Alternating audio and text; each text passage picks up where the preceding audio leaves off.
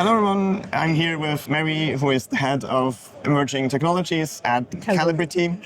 And you're also a Java champion. Thank you so much for doing this short interview with me here at JCon Europe. Thank you. It's an honor. Welcome. Thank you, Francois. No, it is my honor. Thank you. So I would really like to know if you have a developer that doesn't have much familiarity with using AI tools like ChatGPT or other LLMs. What would you suggest them, like as a getting started, what they should do? Yeah, so to me, right, I think for anybody these days, it's so Gen AI, ChatGPT is so easily accessible, unlike, previous era of ML, AI that you need specialized people. These days, you just go to open AI, any kind of these LLMs. Perplexity, right, is kind of a service too for that.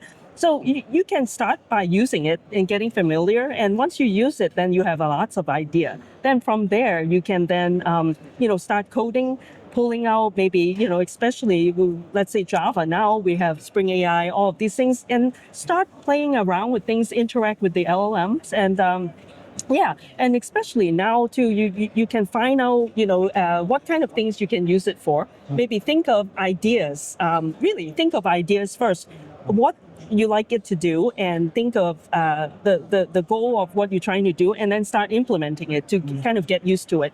And interacting with some of the LLM libraries that are out there. And doesn't have to be just Python now, which is so nice. Java space, we have Spring AI, or Quarkus also has it, LangChain 4J, all these. Yeah, just start coding, and it's no different than writing any other code.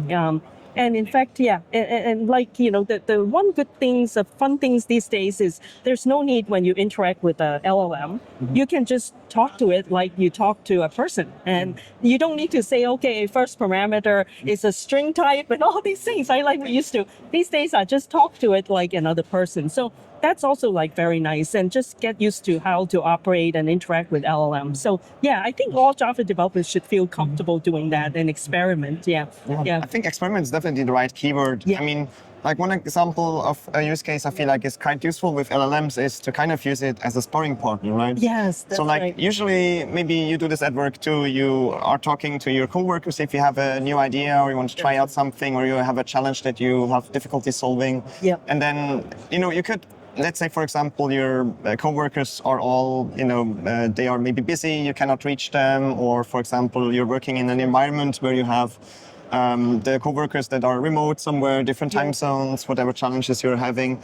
And then you could just, talk to the LLM and see like what the LLM thinks of your ideas and bounce some ideas back and forth, right? Yeah, Did you make some experience with that as well? Yes, totally. I think, as developers, we can do that. Yeah, use in our day-to-day kind of interaction. Yes, use it like a companion. It is true we are not supposed to only interact with robot, but on the other hand, this kind of scenario, a ChatGPT kind of bot, and is good kind of jumpstart, with things. And like you said, if our coworkers working in different time zones and we want to talk, maybe talk to a LLM first and get some ideas, and then you meet your real people that you work with and talk. And that's a very good example of, it's kind of like that. And I also really like the emphasis, I feel like it's very important to not only talk to the AI, but then talk to your real coworkers afterwards to make sure that still it works totally as you expected it, because the AI can hallucinate, as we know, or that's right. There are still things that could be wrong, but still probably the chance that you are more prepared is higher, because it can be like a sparring partner to you. That's and right. Can maybe help validate some of your assumptions and so on, which is very useful. Yes, totally. Not just say with coding, right? We all know these days when we need to write a report or doing an essay, even like proposal to a conference, right? Come up with new ideas, and sometimes I get writer's block, I have to say, right? So it's great. That's what I use it for. It's like, okay, give me some idea. How should I write this? I want to talk about LLMs and using AI inferencing. Write a short proposal, and then it may not be right? First time come back, but it certainly gives you the idea and some kind of like direction you can actually build upon. And certainly, use it to service us. Not Absolutely. let it control us. So. I agree. I really like the saying you made here. Actually, she gave a talk just earlier, and I really liked it. By the way, yeah, I mean, I really recommend you watch it. I will link it down below once the recording is published, because she explains a lot of concepts like vector databases or like other things that like RAG in AI Yep. that you may have heard before, and maybe you understand somewhat what they do, but. Yep. I feel like she has a really nice way of explaining things that I could really resonate well with, and I hope you can do too. Thank you. And maybe this helps you out a bit too. But I totally like this way of saying like you shouldn't let it control you. Yeah. I also feel like it's a very good instrument. I also use it to like get over writer's block sometimes, and because I also have it. Yeah. And I feel like it really helps me, to have like a starting point or like get Yes. inspired if I. Think like, I'm thinking of this word, or I want to suggest this emotion, but I don't quite, Yeah. I can't quite come up with the word. Totally. A thesaurus sometimes helps too in these cases, by the way. Like I heard once as a tip, like using a visual thesaurus, for example, and then entering like a similar word than what you're looking for, and then you can explore like similar words. Yeah. This is kind of useful.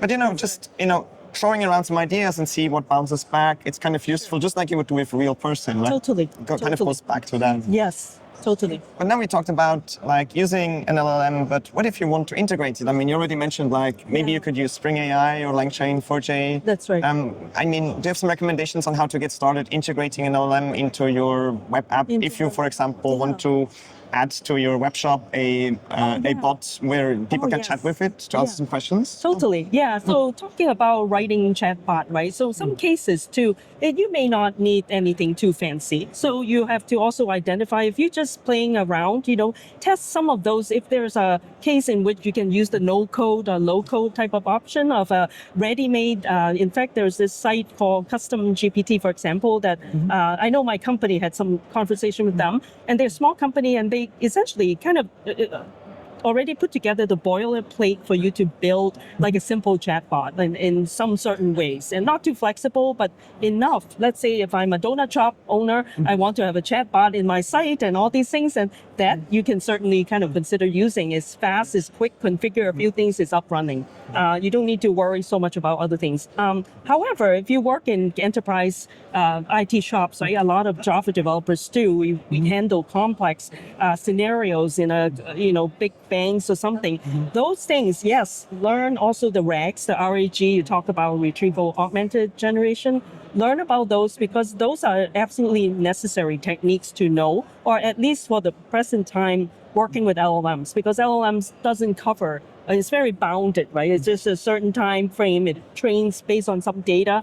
You have that lag too, so you need to get caught up. You need to rely on RAG techniques to provide you with additional data, or with domain-specific data. You are with a legal firm, a law firm, you need that data. You need healthcare, you need all these things. And so you need that RAG, you need to understand that. And let's say, understand agents too, especially if you then deal with ChatGPT the bot able to interact with some of your private data, all that stuff. So just make sure if you're dealing with more complex scenario, learn the whole thing. So you won't regret. So definitely agreed. I think, especially if you handle data that is very sensitive, like data from a hospital or like with like medical records or whatever, just make sure that you're handling the data in a safe way.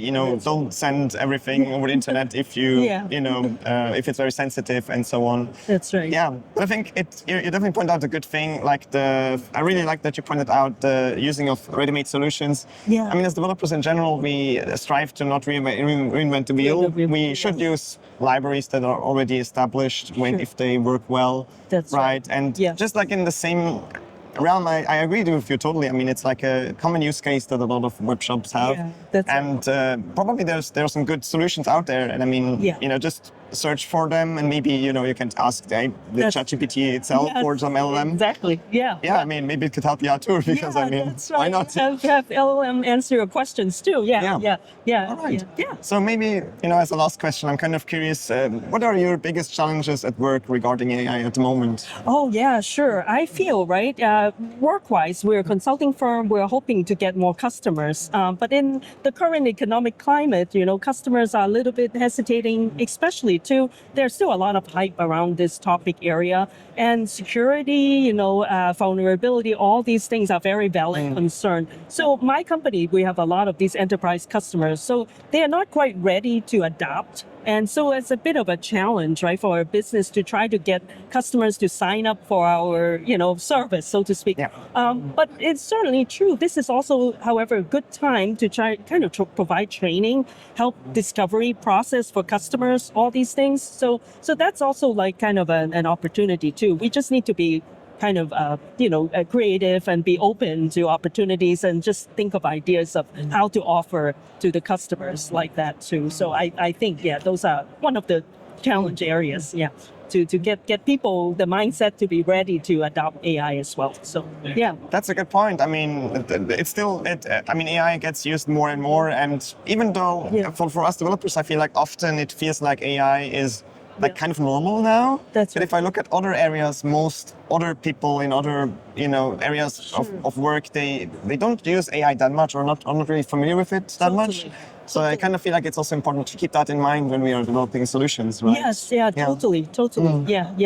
Yeah, it's interesting. Yeah. Exactly. Thank you so much for your time. welcome. And Thank you. if people want to find you, where could they reach you the best? Thank you. I'm on LinkedIn, so you can search for my name on LinkedIn, or I'm also on X now. I've been on X for a while, and also what else? I'm on Blue Sky, all of those Mastodon, all of these things, and I have a Discord server as well. But connect with me on LinkedIn and send me a connection request. I'll accept it. Cool. Definitely. I will put some links in the description so you can follow her if you're interested. Thanks so much for taking the time. Thank you so much. I hope you learned something. You're so welcome. No, Thank you too, Mary, so much. Thank you. All right. Bye, everyone.